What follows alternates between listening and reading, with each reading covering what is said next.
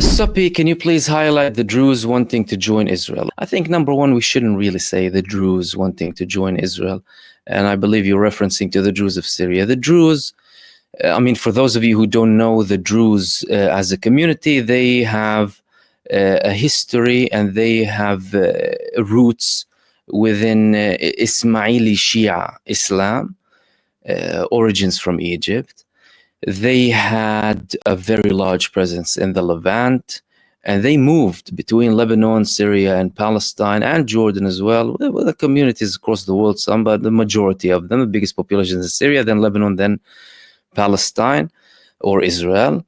And they were moving all across. So they are not, so let's understand the roots, okay? The roots are Islam.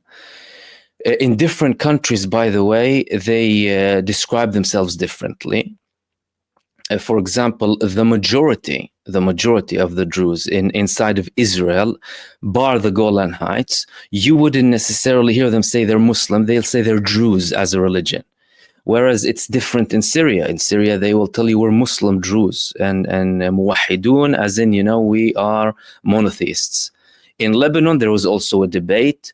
One of the main figures in leading the Druze politically, like Walid Jumblat, the son of Kamal Jumblat, he also said, we need to go back to our roots, which is Islam. That's just an elaboration about their religious and sect background. And so there's a debate, basically. With regards to their nationality and positions, I think to a very large extent, the position of the religious leaders after the occupation of Palestine inside of Israeli territories, their position in siding with the state of Israel, bar the Golan, has damaged the reputation of the community as a whole, unfortunately. But again, I don't think we should be conclusive, because that's not really the case. Because there are internal differences. Some Druze inside of Israel describe as Palestinian, like the majority of the Palestinian minority inside of modern-day Israel or occupied 1948 Palestine. The Druze in the Golan Heights, the 90% of them refuse Israeli citizenship. In Lebanon and in Syria, you have multiple approaches nowadays. Now, if we go to Syria, lots of talk about Syria because a couple of hundred of them went to visit this, religious place inside of next to Tiberias, Prophet Shu'aib, they call him. But of course, this was coordinated by Israel, and Israel wants to do that before they start bringing people to work. Now, we need to put that into perspective. Number one, this wasn't endorsed by any, although they have differences between them as well, by any of the three main religious scholars or religious backgrounds, right? Leaders inside of Syria who are called, most of them are in Suwaida, by the way. No one was from Suwaida went to Israel, who are Yusuf al-Jarbu', Hamoud al-Hinnawi, and Hikmat al-Hajari. None of them endorsed that. And most of them who went to Israel went from an area in Syria called Al-Khadr, which is close to the Israeli occupied Golan Heights. Now, internally, as a matter of fact, the majority of the Druze community inside of Syria, they actually refuse that. And they've had meetings with the new government, and they're recruiting for the army in Suwaida already. Armed groups who fought against Bashar al-Assad. Some of them were the first to go and take down the Assad government, by the way, when they went to Damascus, let's not forget that, with what was called HTS at the time. Okay. Now, the three religious figures inside of Syria, because the main thing is between Syria and Israel, because there's a division in Lebanon, by the way, between, two of the main political leaders, although the religious leaders are also not endorsing any of that.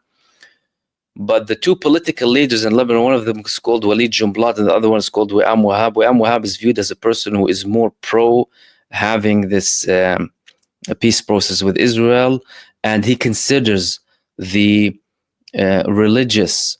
main religious figure inside of Israel for the Druze community, Muwaffaq Tarif, to be a credible religious figure, whereas Jumblat considers him to be, representing the Druze community. Likewise in Syria, so they have a title. The religious figure of the Druze, they have a title. They call Sheikh al-Aql in Arabic, right? For a sheikh, like, a cleric, it also means an elder person. Aql, brain, or, they mean it by wisdom. There are 3 of them. And throughout this period, although they tried to hide it, it's been clear that there are differences between them. Al-Jarbu' and Al-Hinnawi are more pro the government, the new government in Syria, and talking with them. So some of the Al-Jarbu', for example, will say, okay, we had doubts about them, especially with the background. We had fears because of some of their roots. But after Bashar fell, we started to see their approach. They approached us many times, and we're dealing with them, and it's fine, it's great, and we're Syrian. The problematic figure is called Al-Hajri. Al-Hajri, he always comes up with statements that are against the government, and he's not really pushing any alternative. And when he's asked about Israel, he will kind of on the sly say, we don't need anyone, but we will do what's appropriate for us as a sect. So prioritizing the sect over the nationality. He actually tried to have a really big protest of support, of solidarity with him today. He was expecting to get about 100,000 people supporting him. Unfortunately for him, it got about 300 people, showing that his line has less popularity. The line that isn't, more clear in addressing the main problem, right, which is Israel, and what are the relations are in a unified Syria. Of course, he still did not endorse this visit. But what's actually happening now is we're starting to see more of that, inner difference inside of the Druze community about this. And that's something good and healthy, because I think some people want to rush into, causing sectarian tensions. They're very quick to ride on any sort of sectarian problem so that, they can hopefully support the enemies of Syria and divide it and cause problems with it. But what's happening now within the Druze community inside of Syria, as a whole too, is showing that there is a level of dynamics. And what people need to understand also about the Druze community, and of course they've had big roles in fighting against French colonialism and fighting oppressors previously, by the way, so that no one can actually say, especially the ones in Syria. So no one can say that these people are like, some people try and portray the whole community as traitors. Dangerous and unsubstantiated talk. But what's happening is very, very dynamic. It's showing inner differences. And it's showing that not all of them are one. And one other thing that people need to understand is it's also highlighting the role of the religious authority in the Druze community. Although many people would not necessarily describe themselves as religious in the Druze community, the role of the religious institution and the religious establishment within the Druze community is very powerful, is extremely powerful, to a level where sometimes people give it think that it's even more powerful than what it is. It's very powerful, but there are still people who are not really actually supportive of it. For example, with this figure Al-Hajri, for example, who's criticizing the government in Syria, he's saying almost we want a secular state. So you have a religious figure talking about secularism and interfering in politics, right? It's not making a lot of sense. And that's why I'm saying that there's an inner argument within the Druze community, but they are trying as much as possible to show that there are no splits internally. They are describing it as just a difference in opinion. Although several recordings that came out between different parties, especially armed groups in the As-Suwayda province, show that no, there were actually almost bloody wars between them. Like, for example, part of the armed group that actually is siding now with the Syrian government, who used to fight Bashar al-Assad before, and who were the first to go to Damascus. They're led by a guy called Layth al-Bal'ous. His father was killed by al-Assad before. And they were also fighting armed groups that Iran supported, by the way, inside of Syria, whom many criticized. He now, well, there was a recording of one of his guys speaking with one of al-Hajri's guys, and they have al-Bal'ousi has a group called the Men of Dignity, and there's another armed group called the Free People of the Mountain, because they usually live on mountains.